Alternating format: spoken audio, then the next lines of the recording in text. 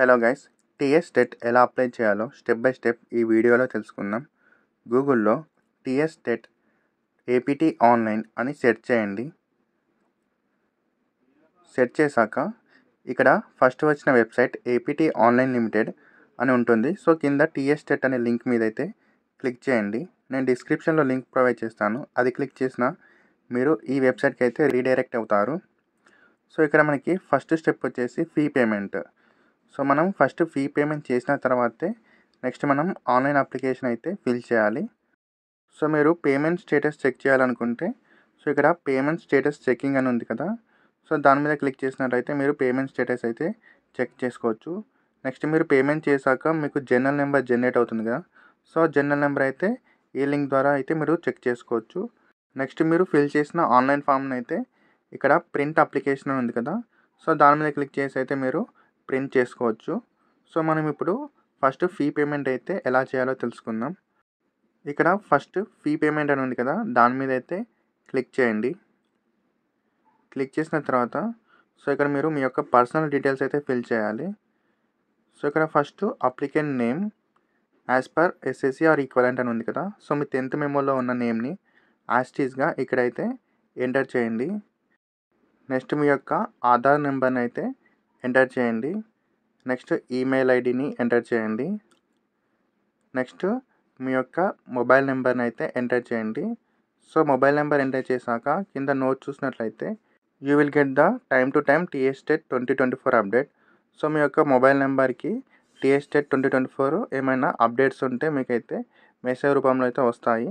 So next వచ్చేసి date of birth as per SSC or equivalent. So me 10th మెమోలో ఉన్న date of బర్త్ని యాస్టీస్గా ఇక్కడైతే మీరు select చేసుకోండి. Select చేసుకున్న తర్వాత సో కింద చూసుకోవచ్చు మీ యొక్క డేట్ ఆఫ్ బర్త్ అనేది ఇయర్, మంత్ అండ్ డేస్తో సహా అయితే ఇక్కడ చూపిస్తుంది. Next do you belongs to Telangana state అని అయితే అడుగుతుంది. సో మీరు తెలంగాణ స్టేట్ అయితే సో ఇక్కడ సెలెక్ట్ మీద క్లిక్ చేసి ఎస్ సెలెక్ట్ చేసుకోండి. Next exam paper. సో మీరు ఎగ్జామ్ పేపర్ 1 రాస్తున్నారా లేదా పేపర్ 2 లేదా బోత్ పేపర్ 1 అండ్ పేపర్ 2 రాస్తున్నారు అనేది అయితే సెలెక్ట్ చేసుకోండి. సెలెక్ట్ చేసుకున్న తర్వాత ఆటోమేటిక్గా మీకు పక్కన అయితే అమౌంట్ అయితే చూపిస్తుంది. Next are you working as teacher in government or local body school. So మీరు ఆల్రెడీ గవర్నమెంట్ టీచరా అనేది సెలెక్ట్ చేసుకోవాలి. ఇన్ కేసు ఎస్ అని సెలెక్ట్ చేసుకుంటే మీ యొక్క పోస్ట్ ఏంటి అనేది సెలెక్ట్ చేసుకోవాలి. సో ఇక్కడ మీరు గెజిటెడ్ హెడ్ మాస్టరా, లాంగ్వేజ్ పండితా, లేకపోతే పోస్ట్ గ్రాడ్యుయేట్ టీచరా, స్కూల్ అసిస్టెంటా, సో ఏ పోస్ట్ అయితే అది సెలెక్ట్ చేసుకోవాలి. సెలెక్ట్ చేసుకున్న తర్వాత సో మీరు ఆ పోస్ట్ ఏ డిస్టిక్లో చేస్తున్నారు అనేది ఇక్కడ సెలెక్ట్ చేసుకోండి. సో డిస్టిక్ సెలెక్ట్ చేసుకున్నాక సో ఇన్ కేసు మీరు గవర్నమెంట్ టీచర్ కాకపోతే నో అని సెలెక్ట్ చేసుకోండి. నో అని సెలెక్ట్ చేసుకుంటే మాత్రం ఇక్కడ మీరు passed or pursuing relevant teacher education course అని అడుగుతుంది. అంటే మీరు ఆ టీచర్ ఎడ్యుకేషన్ కోర్స్ కంప్లీట్ చేశారా లేకపోతే ఇంకా మీరు ఫైనల్ ఇయర్లో ఉన్నారనేది సెలెక్ట్ చేసుకోవాలి. సో ఇక్కడ సెలెక్ట్ మీద క్లిక్ చేసినట్లయితే మీకు సో ఇక్కడ మీరు already teacher education course complete అయితే I have passed relevant teacher education course select చేసుకోండి. ఇన్ కేస్ మీరు ఫైనల్ ఇయర్లో ఉంటే I'm pursuing the final year of the relevant teacher education కోర్స్ని అయితే సెలెక్ట్ చేసుకోండి. సెలెక్ట్ చేసుకున్న తర్వాత have you gone through the detailed notification and information bulletin. So మీరు నోటిఫికేషన్ పూర్తిగా చదివారా లేదనేది సెలెక్ట్ చేసుకోండి. సో ఎస్ అని అయితే సెలెక్ట్ చేసుకోండి. Next payment details. సో ఇక్కడ ఫస్ట్ పేమెంట్ టైప్ అనేది మీరు సెలెక్ట్ చేసుకోండి. సో ఇక్కడ మీరు డెబిట్ కార్డ్ ద్వారా పే చేస్తున్నారా, క్రెడిటా లేకపోతే నెట్ బ్యాంకింగా, సో ఏదైతే అది సెలెక్ట్ చేసుకోండి. ఆటోమేటిక్గా ఫీ పేమెంట్ అయితే మీకు పక్కన చూపిస్తుంది సెలెక్ట్ చేసుకున్నాక. సో ఇక్కడ ఇచ్చిన క్యాప్చాని మీరు పక్కన ఎంటర్ క్యాప్చా కోడ్ దగ్గర అయితే ఎంటర్ చేయండి. ఎంటర్ చేసిన తర్వాత ఇక్కడ స్క్రోల్ చేసినట్లయితే మీకు డిక్లరేషన్ ఉంటుంది, అది క్లిక్ చేసి కింద ప్రొసీడ్ టు పేమెంట్ మీద అయితే క్లిక్ చేయండి.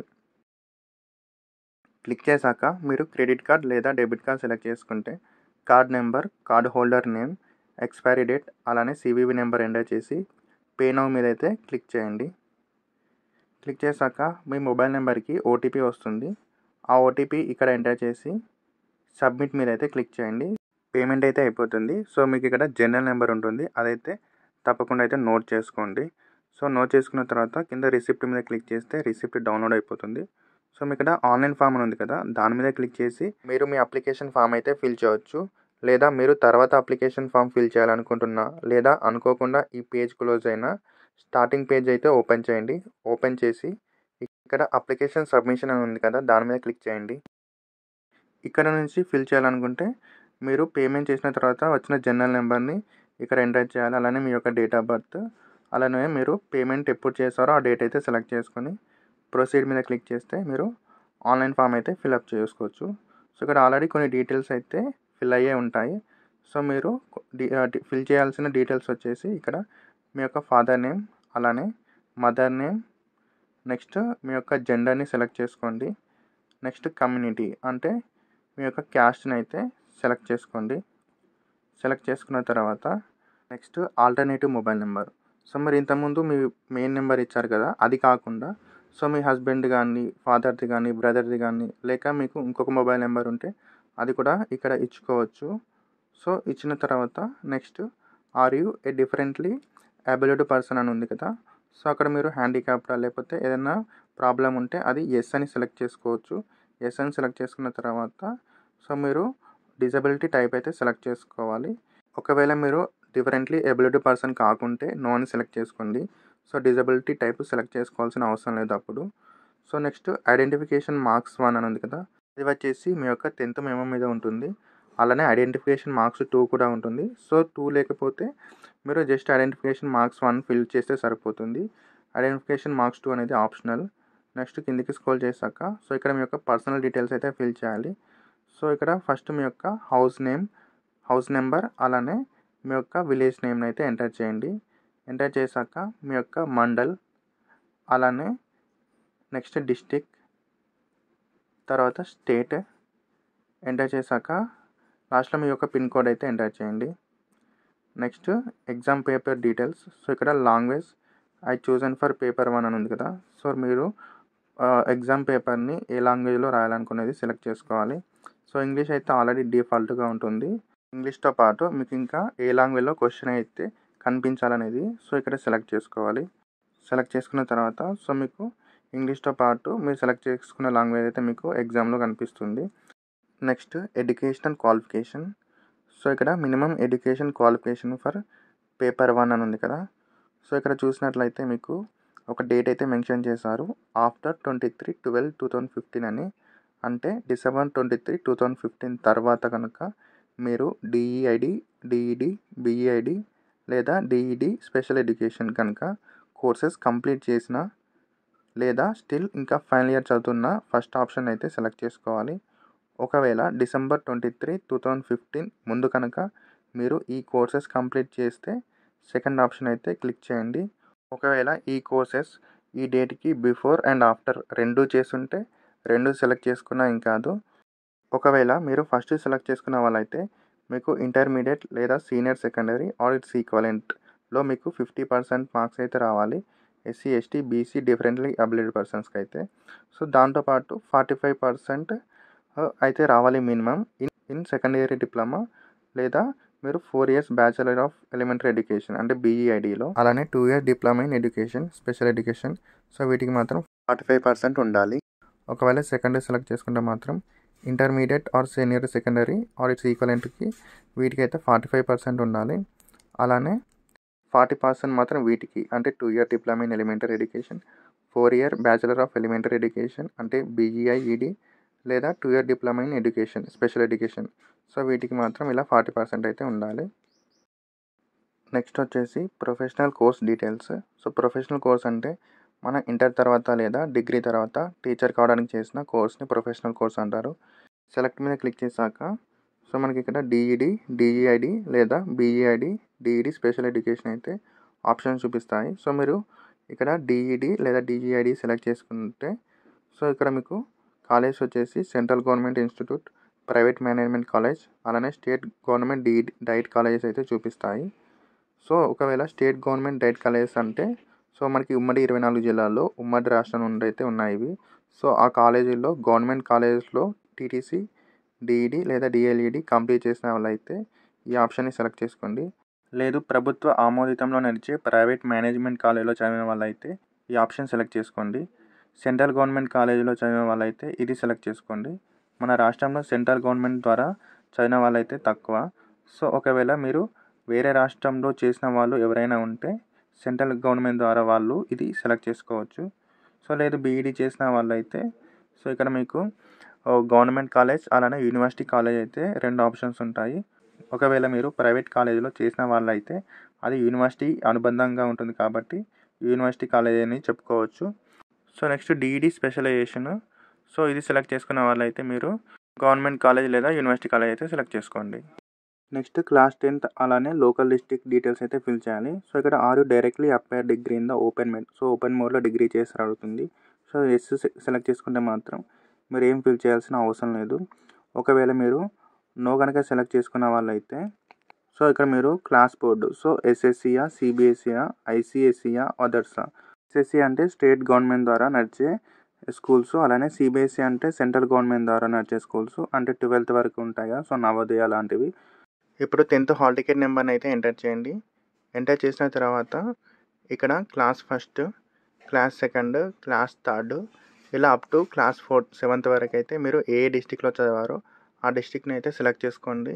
ఒకవేళ అన్ని డిస్టిక్స్ సేమ్ అయితే సేమ్ డిస్టిక్ని అయితే సెలెక్ట్ చేసుకోండి. సో మీరు సెలెక్ట్ చేసుకున్న బట్టి లోకల్ డిస్టిక్ అయితే ఆటోమేటిక్గా మీకు ఇక్కడ సెలెక్ట్ అయిపోతుంది. సో నేను ఇక్కడైతే డిస్టిక్స్ అయితే సెలెక్ట్ చేసుకున్నాను. సెలెక్ట్ చేసుకున్న తర్వాత సో నాకు ఇక్కడ ఆటోమేటిక్గా లోకల్ డిస్టిక్ అయితే సెలెక్ట్ అయిపోయింది. సో నెక్స్ట్ వచ్చేసి మీరు ప్రీవియస్ టెట్ డీటెయిల్స్ అయితే ఫిల్ చేయాలి. ఇక్కడ have you applied for any of the previous TET exam అని అడుగుతుంది. సో మీరు ఇంతకుముందు టెట్ ఎగ్జామ్ రాసారని అడుగుతుంది. సో మీరు ఇప్పుడే కొత్తగా టెట్ ఎగ్జామ్ అప్లై చేస్తుంటే నో అని అయితే సెలెక్ట్ చేసుకోండి. సో మీరు ఆల్రెడీ టెట్ ఎగ్జామ్ రాసిన వాళ్ళైతే ఎస్ అని అయితే సెలెక్ట్ చేసుకోండి. ఎస్ అని సెలెక్ట్ చేసుకుంటే మాత్రం మీరు ఇంతకుముందు టెట్ ఎగ్జామ్ రాశారు కదా, సో ఆ టెట్ యొక్క హాల్ టికెట్ నెంబర్ అనేది మీరు ఎంటర్ చేయాలి.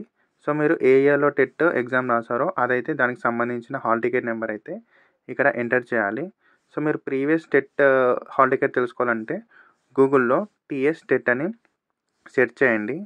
సెర్చ్ చేశాక సో ఇక్కడ ఫస్ట్ వచ్చిన వెబ్సైట్ ఉంది కదా టీఎస్ టెట్ అనేది, దాని మీద క్లిక్ చేయండి. అలానే నేను డిస్క్రిప్షన్లో కూడా లింక్ ఇస్తాను, మీరు ఆ లింక్ క్లిక్ చేసినా కూడా సరిపోతుంది. సో మీరు ఈ పేజీకి అయితే రీడైరెక్ట్ అవుతారు. సో ఇక్కడ మీరు పైకి స్క్రోల్ చేయండి.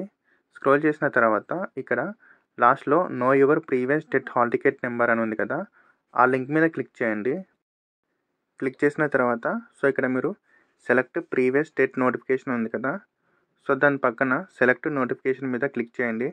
క్లిక్ చేశాక సో మీకైతే ఇక్కడ ప్రీవియస్ టెట్ ఎగ్జామ్ జరిగిన నోటిఫికేషన్స్ అయితే ఉంటాయి.